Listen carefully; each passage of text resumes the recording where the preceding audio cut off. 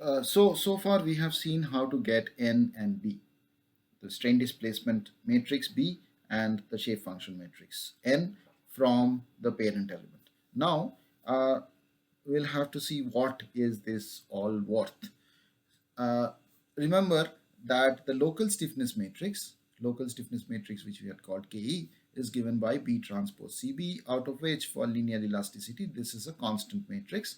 B is something that we have already found from the parent element. The forces, the nodal equivalent forces, the body nodal equivalent body force is N transpose B.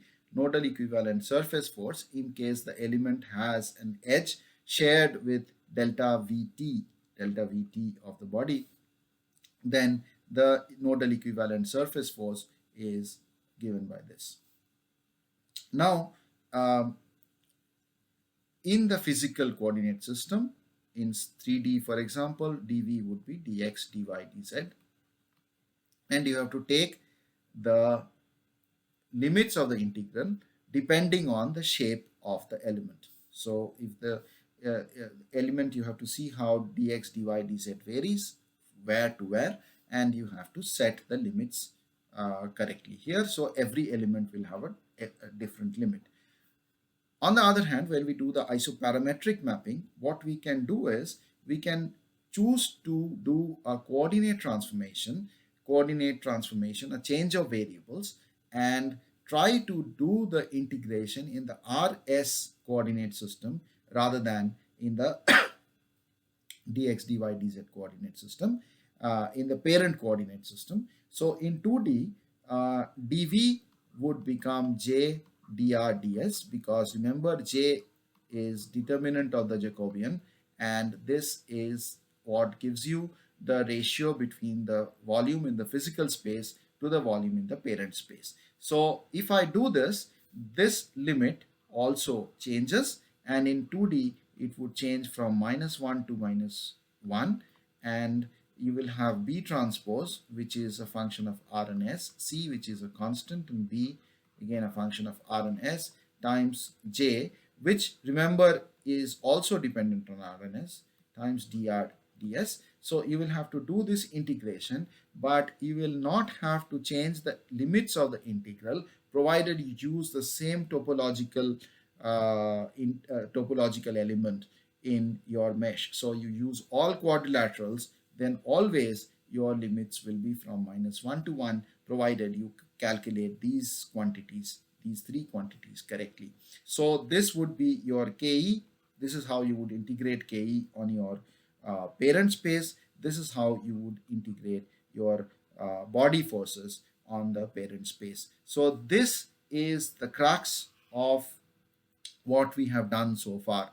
So simplifying these integrals, bringing them into the parent domain, and therefore setting the limits within a fixed range for each and every element is the key point of isoparametric formulation. Now you have this Fs as well. Fs is slightly trickier because this is no longer a volume integral but a surface integral. So we will see how Fs can be handled in the isoparametric formulation in 2D as well as in 3D. Let's see in 2D first.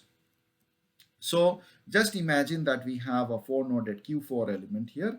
1, 2, 3, 4 are the nodes, and 3, 4 are shared with delta Vt of and has traction T applied on it. So to calculate the nodal equivalent force, you will have to take an integral over SE, which is this phase of N transpose T ds. This is what you will have to do in order to calculate FSE.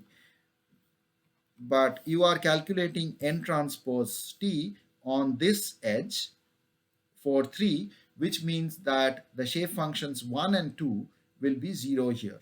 So N transpose is in general N1 0 0 N1, N2 0 0 N2, N3 0 0 N3, N4 0 0, N4. This is N transpose. T is of course Tx and Ty, and then you have ds. But on this edge, which is coincident with the delta Vt, this one has to be 0. This is 0, 2. So you will be left with N3 and N4 only. So this would be, so this is going to be your integral that will give you the nodal equivalent surface forces on this Q4 element. Now, this again is SE, which would be from here to here. Okay, so for every element, SE would be different. How do we put it in a common footing? To do that, let us look at this quantity dl. I have called it ds, but here it's dl. So dl is a small element of length here. So let us exaggerate it. This is node 4, node 3. dl is a small element of length here, and this is dx, this is dy. So in general, dl is equal to root over dx square plus dy square. And since x is a function of r and s, and y is also a function of r and s, we can write dx as del x del r into dr plus del x del y into ds, del x del s into ds whole square plus del y del r dr plus del y del s ds whole square. This is how we can write dl. But on this phase, this is an s equal to 1 phase for this particular element. Remember, the parent is, so 4, 3 is the s equal to 1 phase. So s is constant over this. So ds is equal to 0. So these terms don't appear. And therefore dl is equal to, dr can come out. So dr can come out of the square root sign, and you will be left with dr times root over del x del r square plus del y del r square. So that is for this particular side 4, 3. If the load was applied, if the surface load was applied on 1, 4, you would have dr equal to 0 rather than ds equal to 0, and you would have to adjust your dl accordingly. So you have to know which of the edges the load is applied on, the surface load is applied on. So now remember, your j for the 2D case was del x del r del y del r del x del s del y del s. This was your Jacobian matrix. So this is your j11, and dy, this is your j12. So this dl, this gives you dl is equal to j11 square plus j12 square times dr.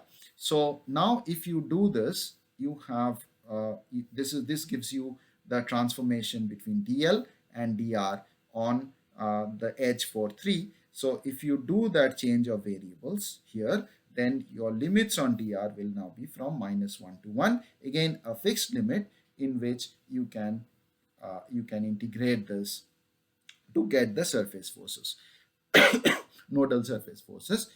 This is exactly equivalent to this integral, except that now I am doing it over the parent space.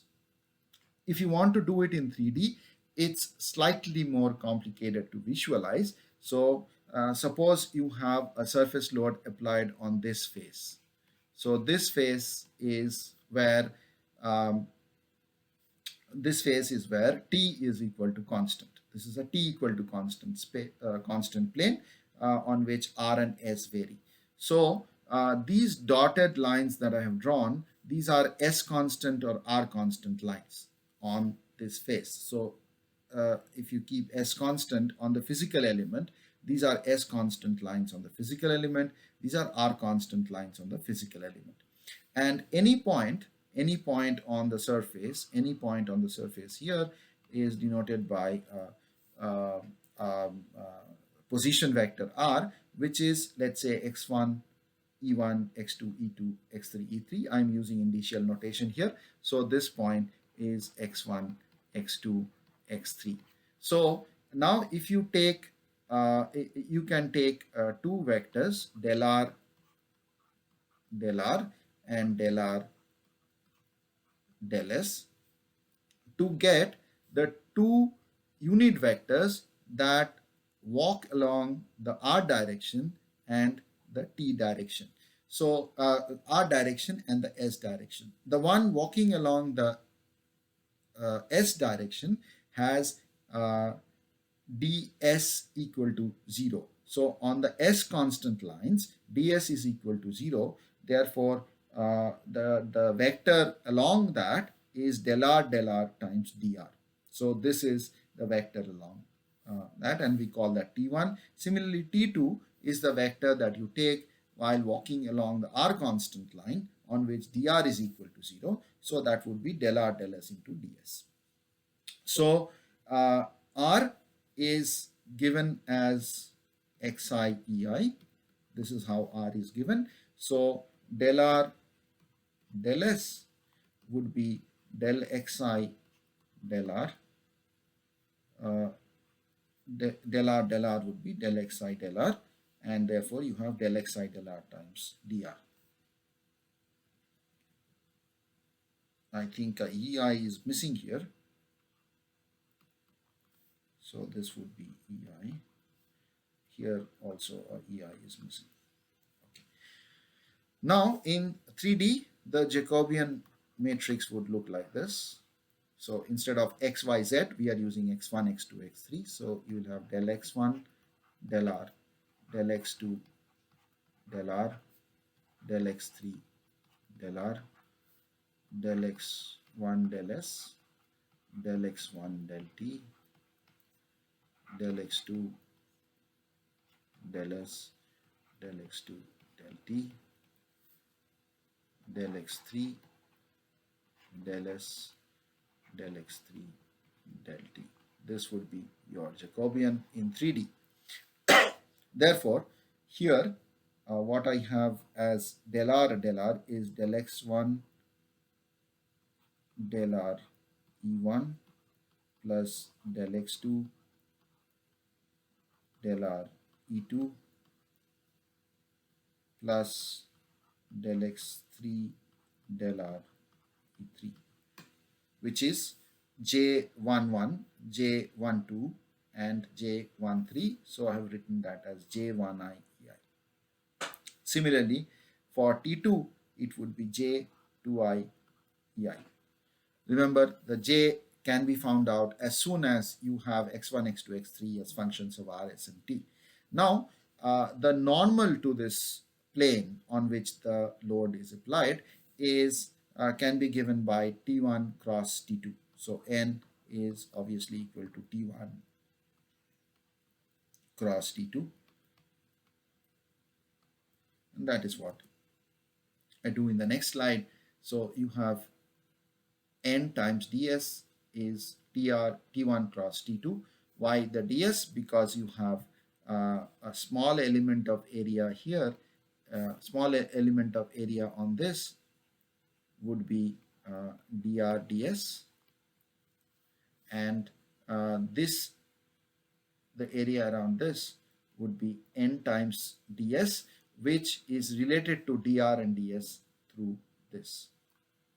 So you can calculate T1 cross T2, and now your n ds would come out to be this whole quantity times dr ds. So this whole quantity, which I have put under with parentheses, shown in parentheses, connects dr ds to n ds in 3D. To n ds in 3D. N ds is the vector area element is the vector area element to which drds from the parent is mapped.